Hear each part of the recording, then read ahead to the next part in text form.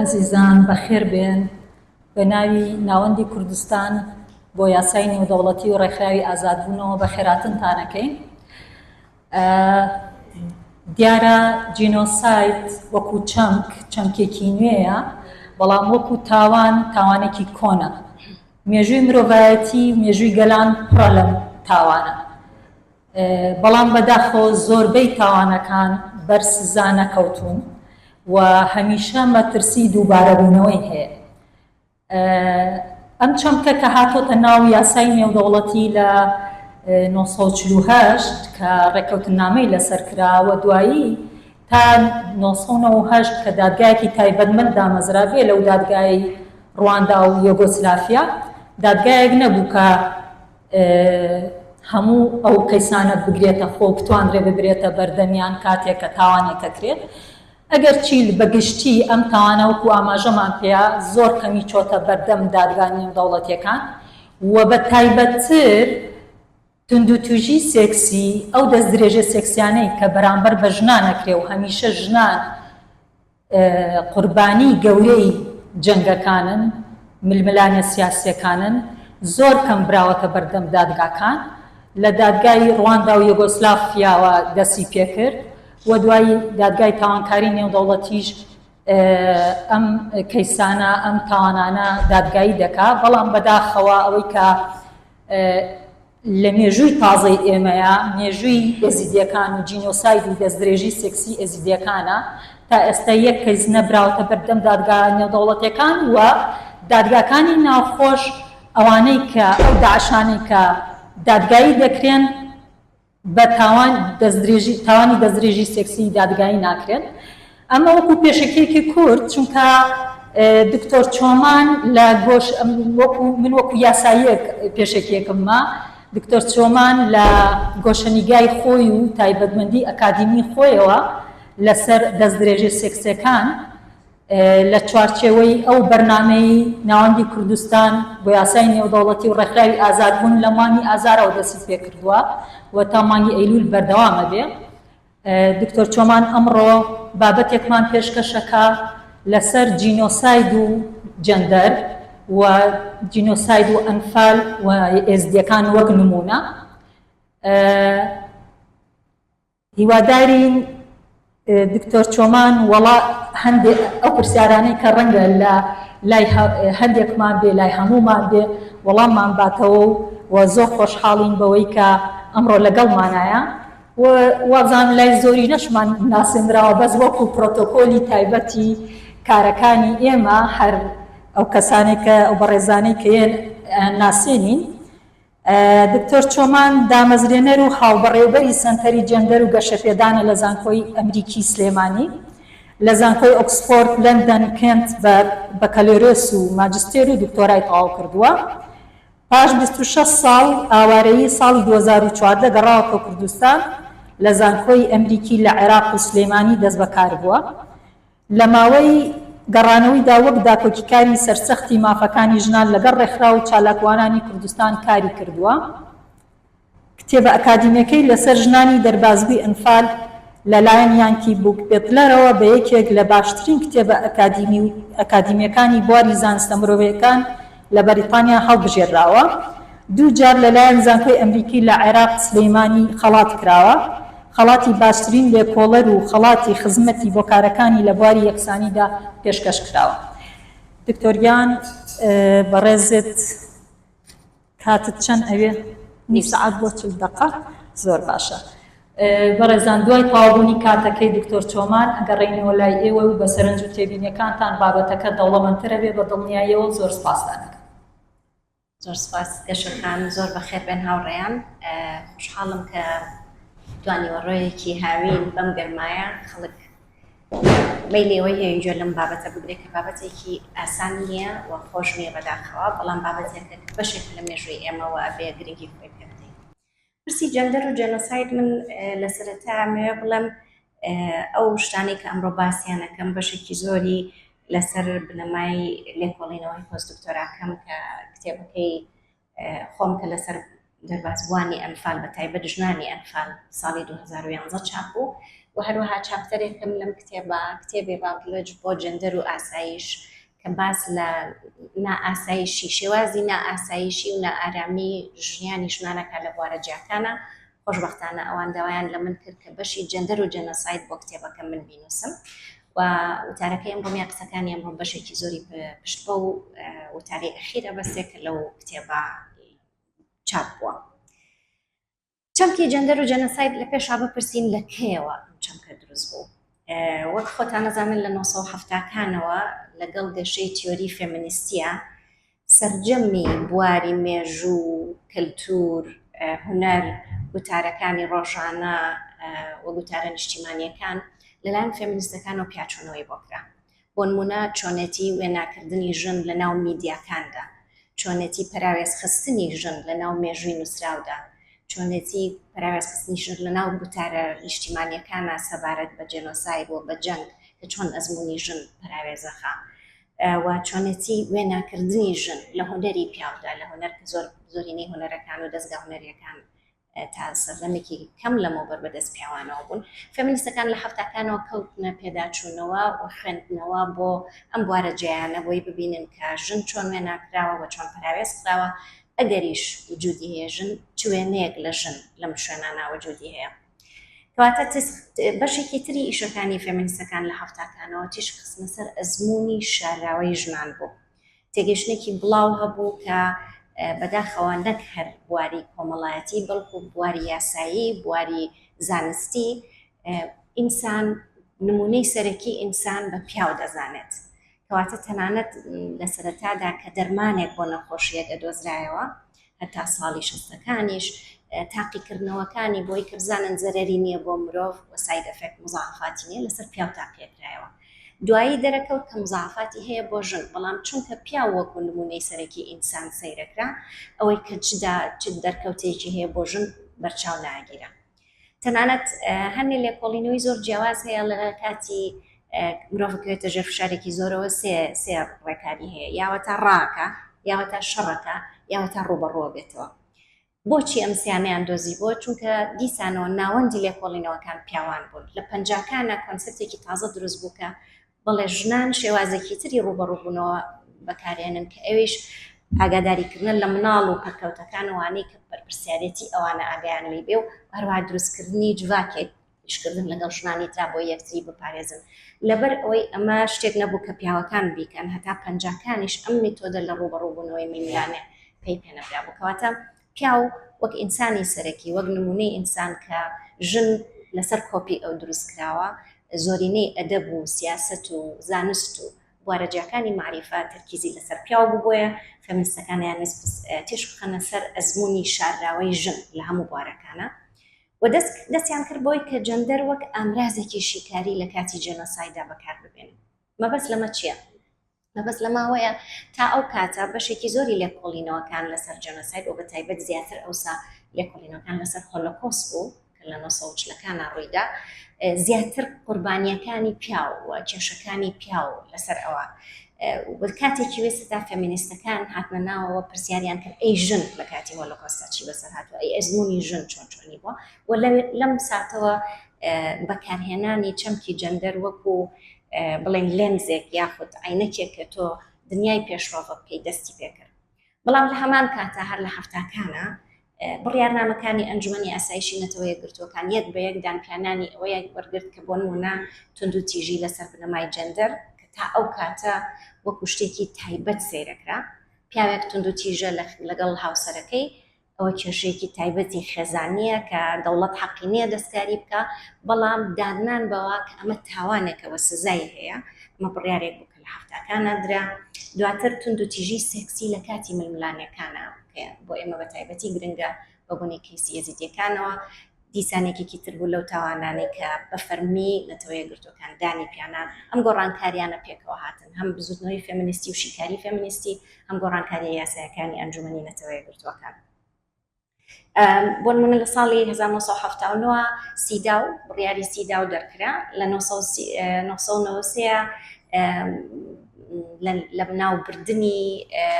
تونند و تیژی بەرامبەر بە ژنان، یاسایەکی تر بوو کە UN دەری کرد. دوایی بڕیاری ژن ئاسایش و ژن و ئاشتی و ئاسایشی ساڵی 2000 دەرچوو و بڕیارێکی تری هاوشێوە لە ساڵی 2010 دەرچوو. ئەمانە هەمووی هەنگاو بە هەنگاو دانانە بە گرنگی بینینی دنیا نەک تەنها لە چاوی پیاوە وەک نمونە بەڵکو لە چاوی ژن و پیاوەوە دانان بەوەی کە ئەزمموی ژن جیاوازە لە ئەزمموی پیاو و ئەبێ ئەو شتانە جیاوازیانە لەبەر چاو بگیرێت. دوو گۆڕانکاری سەرەکی لە خوێندنەوە یاخود لەم کای ئەکادمیا ڕووی داوە کە کای جەنۆساید و جەندەرە. ئەویش یەکەمیان تێپەڕاندنی چەمکی جەوهەرگەراییە. من دێمەوە باسی چەمکی جەوهەرگەرایی یەکەم لە سلایدی داهاتووە، بەڵام بە شێوەیەکی کورد جەندەر وەک ساختارێکی چەوسێنەری کۆمەڵایەتی سەیرەکرێت لەلایەن فێمینیستەکانەوە، نەک شتێکی جەوهەری جیاوازی جەوهەری بینی ژن و پیاو کە لەبەرەوەی ئەمە نێرە ئەمە عەقڵانی و تونند و تیژەوە، لەبەرەوەی ئەمە مێیە ئەمە عاتفیە و نەرمونیانە و سۆزدارە، بەڵکو جەندەر ساختارێکی چەوسێنەری کۆمەڵایەتیە کە شکڵ ئەبەخشێ بە ئەزمونەکانی ئێمە، قوربانی بوونی ئێمە کە چۆن ئەکرێنە قوربانی، دەربازبوونی ئێمە و ساڕێژبوونی ئێمە، تەنانەت لەوەی کە چۆن لە بوارێک لە ئەزمونەکانی خۆمان تێدەگەین. جەندەر شتێکە کە ڕەنگدانەوەیە لە ئەزمموی ڕۆژانەی ژیانی ئێمە. ئەمە یەکەم گۆڕانکاری سەرەکی بوو کە جەندەر وەک شتێکی جەوهەری جیاوازی جەوهەری بینی ژن و پیاو سیر ناکرێ، بەڵکو وەکو ساختارێکی کۆمەڵایەتی کە کۆمەلگا دروستی کردووە، بەرگێکی بەبەری ئێمە بڕیوە ژنان، بەرگێکیشی بەبەری پیاو بڕیوە کە ئەڵێ تۆ ئەمەیت و ئێمەش ئەمەین و هیچ شتێکیش لەو بەینا وجودی نیە، یا ڕەشە یا سپی. ئەم تێگەیشتنە تێپەڕێنراوە و چەمکی جەندەر پێچەوانەی ئەوەیە. دوو هەم گۆڕانکاری سەرەکی لە بوارەکە لە کای ئەکادمیەکە ئەوەیە کە دوورکەوتنەوە لەوەی کە تەنها تیش بخاتە سەر قوربانیەکانی ژنان وەکو قوربانی، بەڵکو پیاویش وەکو قوربانی تونند و تیژی سێکسی بە تایبەتی سیر بکرێ. ئەم گۆڕانکاریە بە تایبەت لە دوای جەنگی بۆڵکانەوە یۆگۆسلافیای پێشوو لە کاتێکا کە پیاوی موسڵمانی بۆسنی لەلایەن پیاوە سەربەکانەوە تەعەدای لێکرا، ئەمە چونکە تا ئەو سادایمە پیاو بە تاوانبار و ژن بە قوربانی ئەزانرا، وایە پیاو تونند و تیژە بە جەوهەر وایە و ناتوانێت بەدەست خۆی نییە و ژنیش قوربانی تونند و تیژی پیاوە، لەبەرەوە ئەو پیاوانەی کە دەکرانە قوربانی تونند و تیژی سێکسی هیچ یاسایەک نەبوو کە بیانگرێتەوە یا بیان خوێنێتەوە و ئەمانە گۆڕانکاری بوون هەنگاو بە هەنگاو ئەنجومەنی ئاسایش دانی پیانەوە گۆڕانکاری تایە. جەوهەرگەرایی جەندەری چییە؟ وەکو باسم کرد تۆزێک زیاتر شیکاری بۆ بکەم چکە چەمکێکی ڕەنگە تازە بێ بۆ هەندێک لە ئێوە خۆشبەختانە هاوکار و لە خولی ڕاهێنان و ئەوانە بەیەکەوە بووین ڕەنگە ئاسانتر بێ. خەسڵەتەکانی ژن و پیاو بەپێی جەوهەرگەرایی ئەوەیە خەسڵەتی ژن و پیاو جیاوازن. بۆ نمونە جەوهەرگەرایی باوەڕی بە جەوهەرگەرایی پێی وایە پیاو تونند و تیژ و عەقڵانیە، ژنیش میهرەبان و سۆزەکیە یاخود عاتفیە. یعنی ئەگەر پیاو تونند و تیژە ژن نەرمونیانە یا میهرەبانە، ئەگەر پیاو منطقی و عەقڵانیە ژن سۆزەکیە یاخود عاتفیە. ئەم جۆرە تێڕوانینە بۆ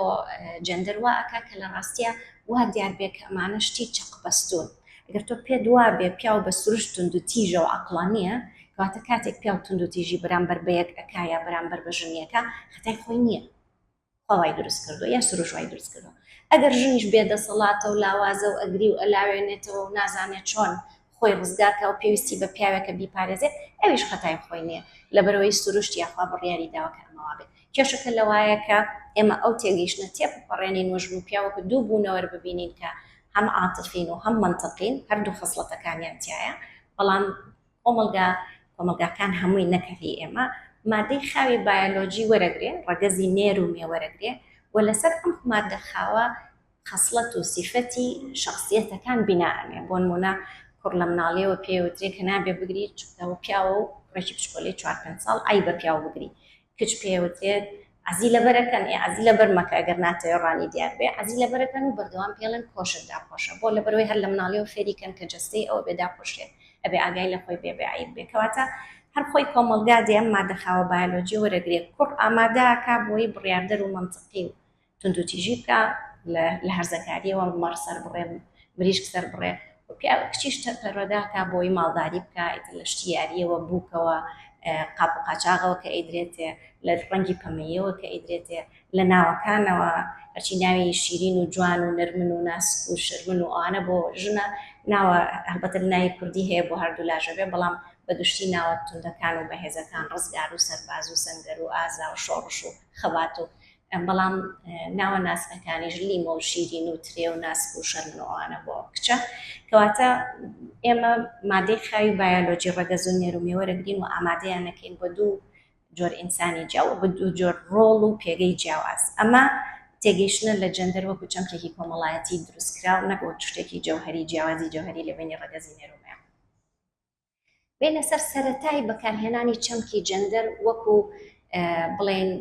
عینەکێک بۆ خوێندنەوەی جێنۆساید یا شرۆڤەکردنی جێنۆساید جوان ڕێنگلهایم یەکەم کەس بوو کە بە تایبەت لە خوێندنەوەکانی لێکۆڵینەوەکان لەسەر هۆلۆکۆست چەمکی جەندەری بەکارهێنا پرسیاری ئەزموونی ژنی کرد ئەو تیشکی خستە سەرەوەی کە ئەزموونی پیا وەکو نۆرم وەکو ئەوەی کە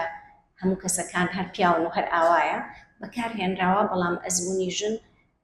وەلا خراوەوە پراوێزراوەوە تەنانەت پرسیاریشی لێ نەکراوە کە لەکوێدا جیاوازە لەگەڵ پیاوە دەرەنجامەکانی چیە بووی ئەزموونی پیاو وەک ڕاستیەک بۆ توندوتیژی کە ئەزموونی ژنی پێورێ وەکو ڕاستەیەک بەکارهێنرێ وەکوێت تۆ مەترێکت هەبێ مەترەکە ئازاری پیاو بێ ئازاری ژن بەوە ئەپێوی ئایا بەقەت مەترەکەی پیاوەکە بێ ئەگەر بەقەت ئەو نابێ کەواتە ئازارەکەی ئەو کەمترە کەواتە پێوانەکردنی ئازار یاخود تەنانەت تاوان لەسەر بنەمای ئەوەی کە پیاو ئەزموونی چییە ئەمە هەم لە یاسادا ڕەنگی دابەوە هەم لە لێکۆڵینەوە ئەکادمیەکانە لەسەر جەنگ و توندوتیژی و جێنۆساید و ئەو جەختی لەسەر ئەوە کردەوە جوان ڕێنگلهایم لە ساڵی 84 وتی کە وەختێک ژنانێکی زۆری دەربازبووی هۆلۆکۆست ئەوسا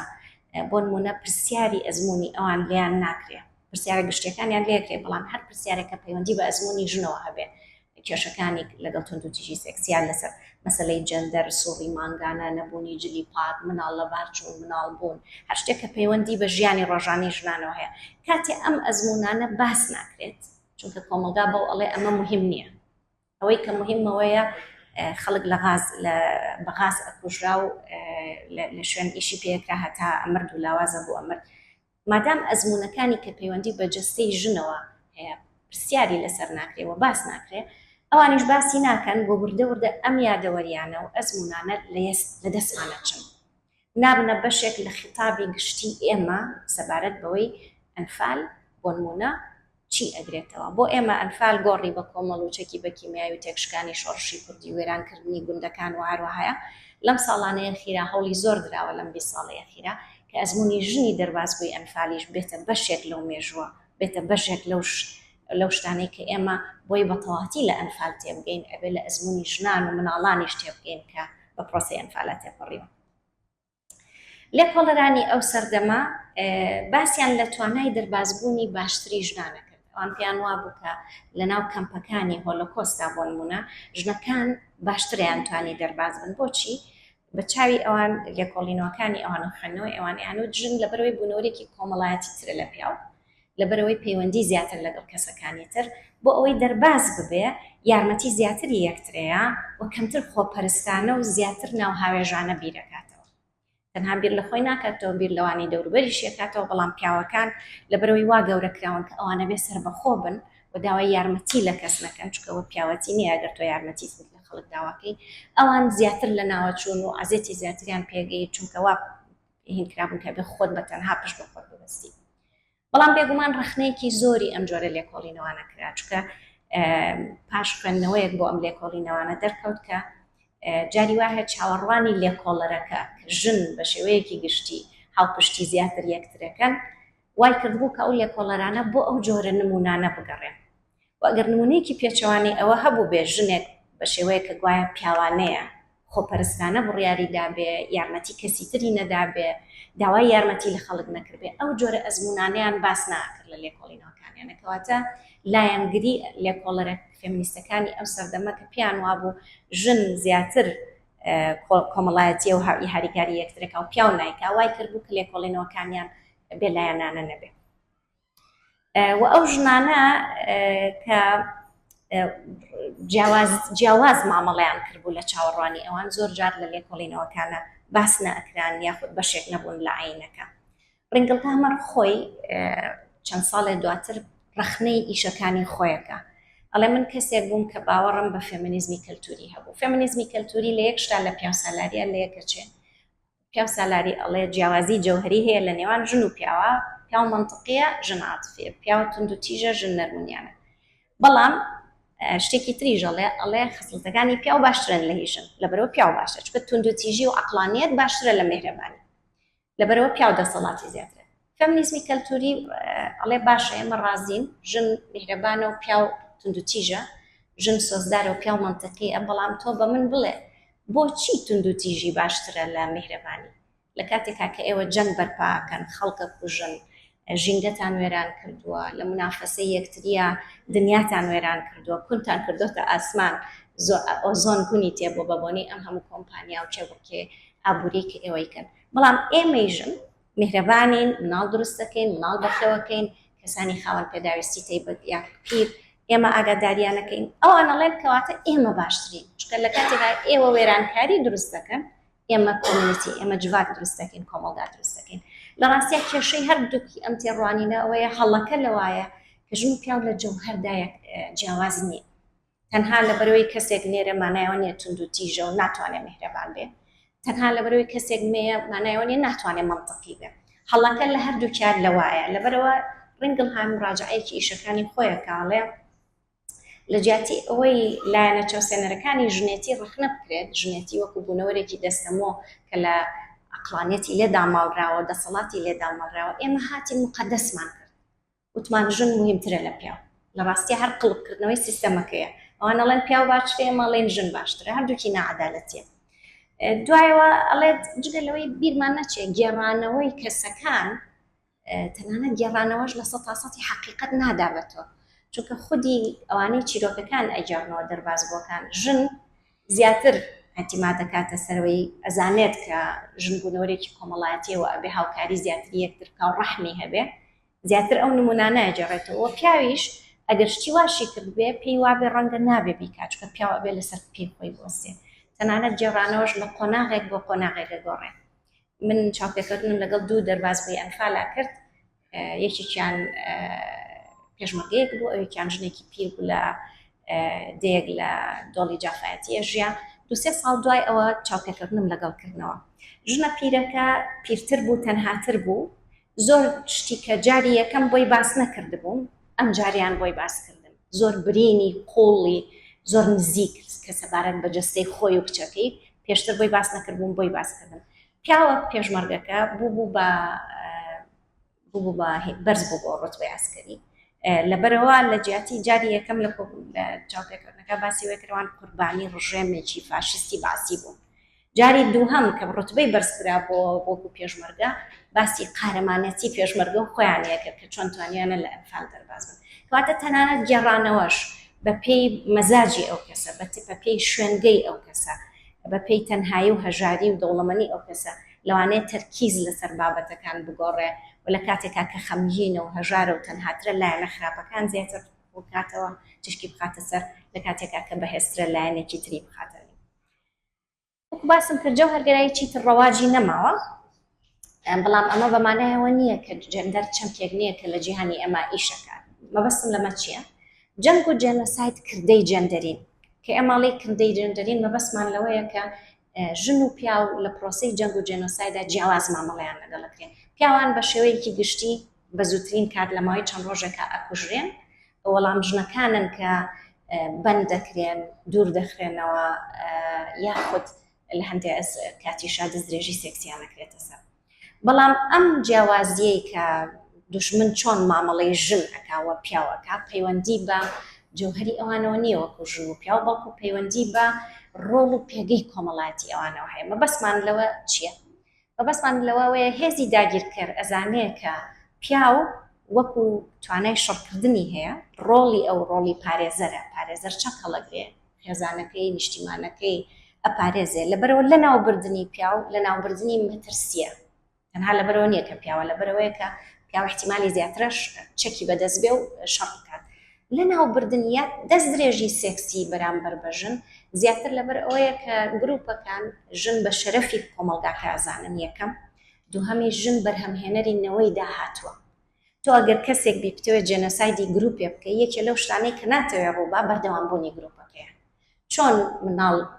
ناهێڵی مناڵ لەدایک بێ، بەڵێ بەشێکی بەوەی کە پیاوەکانیان لەناوە بێ بەڵام بەشی دووهەمی ئەوەیە مناڵی خۆتیان پێ دروستکەی بۆ نمونە داعشەکان بۆی مناڵی یەزیدی لەناو بچێ دەستدرێژیەکەنە سەر ژنی یەزیدی و نەوەیەکی تازە دروست دەکەن کە چیتر بە یەزیدی حساب ناکرێت کەواتە تواننەوەی یەزیدیەکانە وەکو ئامرازێکی جێنۆساید بەکارەهێنرێت چونکە ژن بەرپرسیارە لە وەچەخستنەوە و ژن بەرپرسیارە لە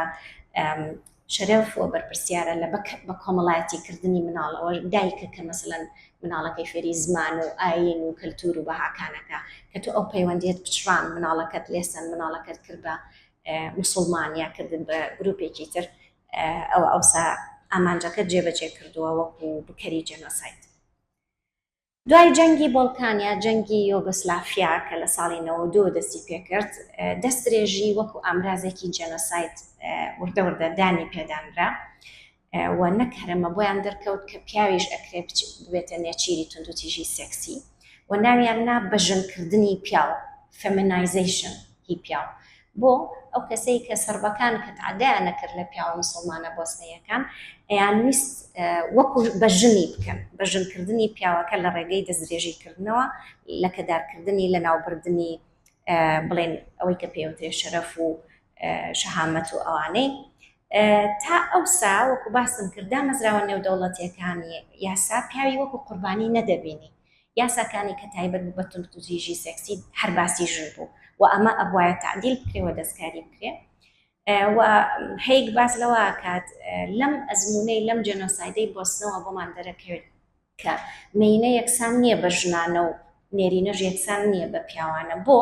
چونکە ئەڵێ بۆ نمونە سەربەکان نێرینەن و چونکە دەستدرێژی کارن خۆیان بە پیاو ئەزانن بەڵام پیاوی بۆسنەیی گەرچی نێرینەیە بەڵام دەستدرێژی ئەکەنە سەر بۆ بمینەی بە ژنی ئەزانن کەواتە جیاوازیەک هەیە لەوەی کە تۆ نێربی لە هەمان کاتا پیاویشبی پیا وەکو دەستدرێژی کار و توندوتیژکار و دەسەڵاتدار بەڵام ئەتوانی نێربی و دەسەڵاتت لێ بسەندرێ و تعداد لێ بکرێ کەواتە بە بێکراوی یا بە ژن کراوی ئەم چەمکانە هەر هەمووی کەوتە ژێر پرسیاوە شوناسی پیاوبوون و شوناسی نێربوون لە چوا جێ ئەبێتەوە لە چوا یەکەگرێتەوە دادگا نێودەوڵەتیەکانی یۆگسلافیا کە ساڵی 93 بۆ 2007 بوو بۆ یەکەم جار دانی بەوانە کە توندوتیژی سێکسی وەک تاوانی جەنگ و تاوان دژی مرۆڤایەتی لە حکومەکانە بەکارهێنرا بەڵام دواتر لە دادگای نێودەوڵەتی ڕواندایە کە ساڵی 94 بۆ 2015 بوو کردەی سێکسی دەستدرێژی سێکسی وەکو ئامرازێکی جێنۆساید وەکو کردەیەکی جێنۆسایدەوەی کە باسم کردەوە مناڵی یەزیدی دروست ناکەی مناڵی مسلمان دروستەکەی کەواتە لەو ڕێگەیەوە ئامانجی جێنۆسایدکردنی یەزیدیەکانە جێبەجێ کردووە لە ڕێگەی دەستدرێژیەوە نەکوشتن چیتر پیاو وەک تاوانبار و ژنیش وەک قوربانی سیر ناکرێت چونکە پیاویش هەیە وەکو وتمان ئەبێتە قوربانی تەنانەت ژنیش هەیە کە تاوان ئەنجامەدا و جێنۆسایدی ڕواندا یەکەم جار بوو لە مێژووە کە ژنێک بە تاوانی جێنۆساید حکم درا ژنێک بوو کە لە ڕاستیە وەزیری ژنان بوو بەڵام یەکێک بوو لەوانەی تەحریزی زۆری دەستدرێژی سێکسی لەسەر ژنانی تووتسی ئەکردەوە و دواتر لەسەر ئەوە سزادرا وەکو هاندەر و وەکو بەشدار لە جێنۆسایدەکە حکم درا کەواتە جیاوازی جەوهەری لە نێوان ژن و پیاوان نییە کەواکە پیاوتون و تیژ ژن قوربانی بێ بەڵکو ئەوە ڕەهەندە کەلتوری و یاساییەکانە کە ڕێگری لە دەربڕینی شەڕەنگێزیەکە لە لای ژن بەڵام پاڵپشتیەکە لە لای پیاو بۆ نمونە ئێمە خۆمان نەزانین پیاو بە شێوەیەکی گشتی زۆرێک لە دەربڕینەکانی هەستی لێ دابڕاوە مەسەلەن دەربڕینی خۆشەویستی بۆ خۆشەویستەکەی یا بۆ مناڵەکەی بە لاوازیە بینرێ دەربڕینی خەم کەسێکی ئەمرێ نابێ بگری چونکە پیاو نابێ بگری دەربڕینی زۆر شتی تری لێت بەڵام تەنها شتێکە بە پیاو ڕەوا ئەبێنرێت کە دەری ببڕێت تووڕەییە بۆیە زۆر جارە بینی پیاوێک تووڕابێ لە ڕاستیە برسێتی پیاوێک تووڕابێ لەوانێ دڵی شکابێت پیاوێک تووڕابێ لەبەرەوەی ئەترسێ پیاوێک تووڕابێ بەڵام متمانەی بەخۆی نییە هەموو ئەمانە تەنها بە تووڕەیی ئەتوانێت دەری بڕێت چونکە دەربڕینەکانی تر لە پیاو دامەڕاوە بۆ بۆی نییە بیکە و هەر ئەمە شەوای کردووە کە مثلەن کە ژنێک لێ بکە مێردەکەی توندوتیژە ئەڵێن تر پیاو هەروایە پیاو ژن ژنە ئیتر چی لێەکەی پیاو هەروان خۆیان وان کەواتە پاساوهێنانەوە بۆ توندوتیژی پیاو و داماڵینی پیاو لە دەربڕینی هەست و عاتیفە و سۆز و ڕەحم و تەنها ڕێگەیەک هێشتنەوە بۆ پیاو ڕێگەی دەربڕینی تووڕێی و شەڕەنگێزی بە پێچەوانەشەوە ژنێک ئەگەر تووڕە بێ و هاوار بکە ئەڵێن شێت بووە، چونکە ژن دەربڕینێکە بە ژن زۆر ڕەوا ئەبینێ گریانە ئەگەر خەمگین بێ و یاخود پێکەنینەوانی پێنج دقیقە. بێمە سەر ئەنفال و جێنۆسایدی یەزیدیەکان. دڵنیامەوانی هاتوون بۆ ئێرە پێشتر ئەمانە ئازانن زۆر بە خێرایی ئەمە ناوچەکانە کە بەر ئەنفال کەوت 1 2 3 4 5 6 7 ئەوە 3 هجومی بۆ کراوە ئەنفالی ئەخیر کە ئەنفالی هەشتم بوو. ئەگەر سێری ئەم خەریتەیە بکەین نەزانین ئەم سێ ناوچەیە ئەنفالی 1 ئەنفالی 5 و 6 و 7 لەگەڵ ئەنفالی هەشتا لەسەر سنوور بوون، ئەمان لەسەر سنووری ئێران ئەمیان لەسەر سنووری تورکیا، لەبەرەوە بەشێکی زیاتر لە دانیشتوانی ئەم ناوچانە توانیان دەرباز بن بە پێچەوانەی ئەم ناوچانەی ترەوە لە گەرمیان و تەقتەقەوانە کە دوور بوون لە سنووری ئێران و تورکیاوەوە زۆری نەیان گیران و بێگومان ژنان و مناڵێکی زۆریش چوونە گۆڕی بە کۆمەڵەوە. یەکێ لە تەفسیرەکانەوەی کە حکوومەتی عێراق ویستی ئەو ناوچانە ناوچەی گەرمیان کنزیکە لە ناوتەکانەوە ژمارەی دانیشتوانی کورد بە ژن و پیاوەوە کەم بکاتەوە، ژمارەی دانیشتوانی عەرەب زیاد بکە، بۆیە لەوێ ژنانیش بەرکەوتن نەک هەر پیاوان بەرگۆمەڵک بە کۆمەڵەکان. ئەمەش خەریتەی شنگالە لە کەوێتە کوێ نزیک مووسڵەوە و ئەزانین 23 2 تا 6 9 88 ئەنفال بەردەوام بوو، زیاد لە 2000 گوند وێران کرا،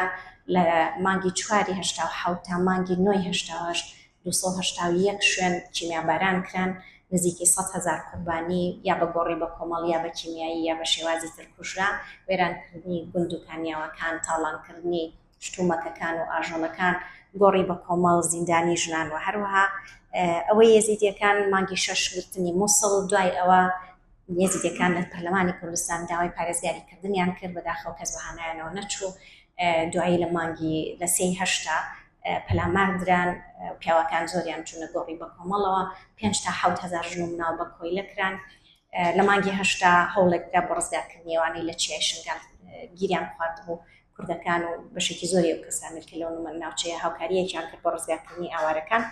لەم دوو جەنۆسایدا ئامرازی جیاواز بەکارهێنرا، حکوومەتی باعز لە ناوبردنی گروپێکی ناندەری شۆڕش ئەمە هاندەری حکوومەت بوو، ئەمانە بنکەی شۆڕش لەوێ و ئەگەرەوان لەوێ نەمێنن شۆڕشی کوردیش ناتوانێت بەردەوام بێ و بێگومان ئاینی بەکارهێنا وشەی ئەنفال لە قورئانەوە وەرگیراوە لە دژی کۆمەلگایە کە زۆرینەی موسڵمان بوو، گەماڕۆ، کیمیاباران، تۆپباران، گۆڕی بە کۆمەڵ زیندان، بەڵام ئەزانی لە ناوبردنی یەزیدیەکان لە ناوبردنی کەمایەتیەکی ئاینی کوردی بوو، ئەوانش گەماڕۆ دران، گۆڕی بە کۆمەڵ و بە کۆیلەکردنی ژن و بەکارهێنانی مناڵ. دەربازوانی جەنۆساید زۆر جار بارگرانن لەوەی کە ئەبێ حەقیقەت بڵێن، بیانەوێ نەیانەوێ ئەبێ ئەوان جێڕەرەوەی ڕووداوەکان بن. ئەم جێڕانەوە بەردەوامە جاری وایە 30 ساڵ بەسەر ئەنفالە ئەڕوا، هێشتاشی میدیاکارەکانە ڕۆن و چاوەڕێیەکەن ژنەکە بەجلی ڕەشەوە بلاوێنێتەوە و لەسەر قەبرانێک بە تەنها دانیشت بێ و گۆرانی بۆ مناڵەکانی بڵێ، کەواتە ناچاربوون بە باسکردنی شتێک یان بە باس نەکردنی شتێک. ئەمە شتێکە کە دەربازبوانی جەنۆسایدەکان هەستی پێەکەن و ئەشبینین کە کەناڵە فەرمیەکان زۆرجار چیرۆکی ئەوان سانسۆرەکە، هەندێک لایەنی تیشکی خاتە سەر و هەندێک لایەنی ئەشارێتەوە، گوتاری گشتی لەسەر ئەوەی چی گرنگە و چی گرنگ نییە، کاریگەری هەیە لەسەرەوەی چی ئەگەڕێتەوە و چی لە یاد ئەکرێ. لێکۆڵینەوە لەسەر ژنان باسی ناکەم کاتم نییە، گرنگی بێدەنگی، تەنها یەک شت ئەڵێم، ئەویش ئەوەیە کە